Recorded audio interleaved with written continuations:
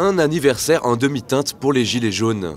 Samedi, à l'occasion de la première année du mouvement, des manifestations ont eu lieu un peu partout en France, rassemblant près de 28 000 personnes selon les chiffres officiels. À Paris, ils étaient 4 500 selon le ministère de l'Intérieur. La journée a commencé à la porte de Champéret, où des manifestants ont essayé de bloquer le périphérique parisien. Les CRS, présents en nombre, ont immédiatement fait usage de gaz lacrymogène et ont forcé les Gilets jaunes à se disperser. Ces derniers ont alors décidé de rejoindre la place d'Italie, où une manifestation légale était prévue.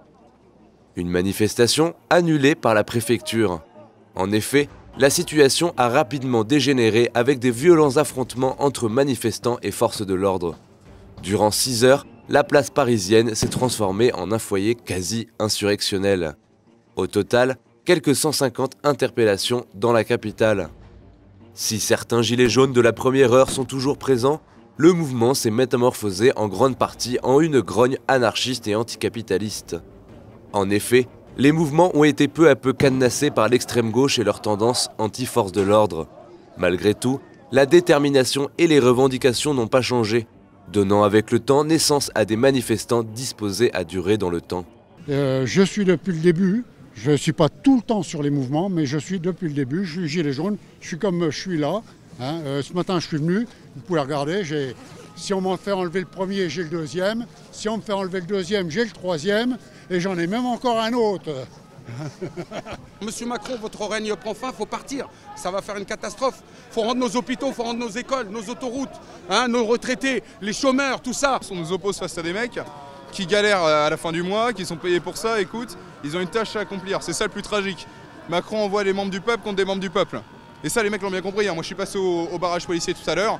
Le type avait la larme à l'œil en nous expliquant que c'était son boulot, qu'il ne pouvait pas faire autrement. Ce qu'il faut arriver à faire, c'est que les gens comprennent que même par le vote, on ne peut plus rien faire maintenant, on ne peut plus rien avoir, puisque de toute façon, ils contrôlent tout. Ils contrôlent les médias, ils contrôlent l'argent, les banques, tout. En 1913 a été créée la commission Krill aux États-Unis. Allez voir ça, renseignez-vous, mesdames et messieurs. La commission Krill, c'est ce qui permettra d'appeler propagande relations publiques. Et cette propagande politique qu'on subit, on subit la même de l'autre côté avec le système de consommation. On nous fait croire qu'on est né pour consommer. Stop, c'est faux. L'écologie nous le démontre. On ne peut pas continuer dans ce monde. Donc oui, je serai là tous les samedis tant que la masse ne comprendra pas qu'il faut tout stopper dans ce modèle. Les gens qui ne se déplacent pas ou qui n'ont pas accès à Internet ou qui n'ont pas les moyens de savoir ce qui se passe sur place, ils entendent juste la télé et les médias conventionnels en parler au passé, dans leur tête, dans leur imaginaire, c'est fini. Ce qui n'est pas vrai, je pense que si vous viendrez tous les samedis, vous le verrez, même parfois les dimanches. Des fois on est moins, des fois on est plus, mais ça continue. Je suis pas sûre que les gilets jaunes ça continue encore pendant des mois ou des années, mais je pense que quand même qu'il y a une forme de protestation qui est née et que ça va peut-être se transformer en un autre type de mouvement, en un autre type de protestation, et que j'espère qu'à force ça finira par aboutir à quelque chose. J'ai 3 enfants et je vois comment je galère tout en travaillant, je vois la vie que je mène et franchement j'ai peur pour mes enfants. J'ai l'impression que mes enfants vont juste travailler pour nourrir leur gouvernement. Je suis pas là parce que j'ai beaucoup d'espoir de résultats, mais je suis là parce que je sais pas quoi faire d'autre et je me sens impuissante. La réponse du jour, c'est l'anniversaire. On a juste oublié le gâteau, mais eux, ils n'ont pas oublié les bougies. Tu vois, ça fume. Tu vois, c'est ça qui est regrettable. Voilà la réponse qu'on a depuis 1 an. Voilà pourquoi on est encore sur le terrain, parce qu'il n'y a pas de concret. On nous martyrise, on nous fait mal, on évite de parler de nos revendications, on met en place un système violent pour pouvoir ne parler que de ça et de nous désapprouver, nous diaboliser. C'est ce qui se passe pendant 1 an. Donc le bilan il est maigre et aujourd'hui on n'a que la preuve une fois de plus que le bilan restera maigre parce qu'on a affaire face à un président qui reste sourd. Même s'il y a une énorme pluralité de discours au sein de ce mouvement, je pense qu'on partage une certaine révolte face au démantèlement du service public et des cadeaux qu'on fait toujours aux plus riches avec la précarisation des plus pauvres. Et puis je pense que ça c'est quand même quelque chose de partagé à travers tout le mouvement. Il faut à tout prix une prise de conscience de la masse. Elle se fait éduquer par la télévision et c'est terrible.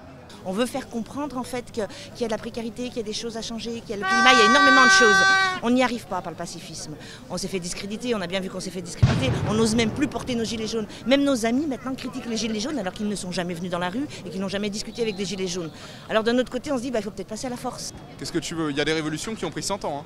Tu prends même en ce qui concerne la Révolution française, On est sur des temporalités extrêmement longues en réalité. On est là sur une période moderne, on a l'habitude que tout se déclenche automatiquement. Le peuple est en train de souffrir, le peuple est en train de mourir et M. Macron, dans l'indifférence et le mépris, regarde son peuple mourir simplement pour que des profiteurs puissent continuer à s'en mettre dans les poches. Je suis déterminée, je laisserai jamais 1 an, 2 ans, 3 ans, tout ce que tu veux.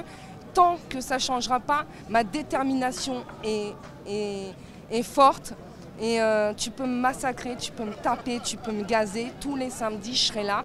Malheureusement, le mouvement qui est en quête d'un nouveau souffle est trop souvent noyauté par les casseurs d'extrême gauche dans les grandes villes. À la place d'Italie, ils étaient des centaines, équipés et organisés. Leurs actions violentes empêchent tout bon déroulement de la manifestation, poussant certains manifestants à se questionner sur le but réel de leur démarche. En effet, les éléments les plus violents imposent leur rythme aux manifestations et font la loi. La preuve, lorsque nous interrogions des gilets jaunes sur place. C'est pas Mandela ici, j'adorerais qu'un sit-in ou une grève de la faim ça suffise. C'est pas le cas. Donc on fait avec les moyens qu'on a. Mais de quoi vous parlez les mecs? Arrêtez les gars, arrêtez. C'est le pouvoir qui nous divise hein. C'est le pouvoir qui nous divise. Il a fallu qu'ils envoient, et je dis bien, je pèse mes mots, qu'ils envoient quelques casseurs pour justifier le fait qu'ils intervenaient et qu'ils mettaient des lacrymogènes partout. Sans surprise, ce 53e acte marquera les esprits par ses débordements. Malgré la constance de certains gilets jaunes de la première heure, le rendez-vous du samedi est devenu peu à peu le théâtre du défoulement des milices d'extrême gauche et autres Black Blocs. Une tournure qui ne doit toutefois pas passer sous silence la grande motivation d'une partie des manifestants qui s'efforcent encore d'essayer de se faire entendre dans le calme, mais qui font malheureusement les frais de l'extrême gauche qui, à l'observer, n'a que faire des revendications sociales des gilets jaunes de la première heure.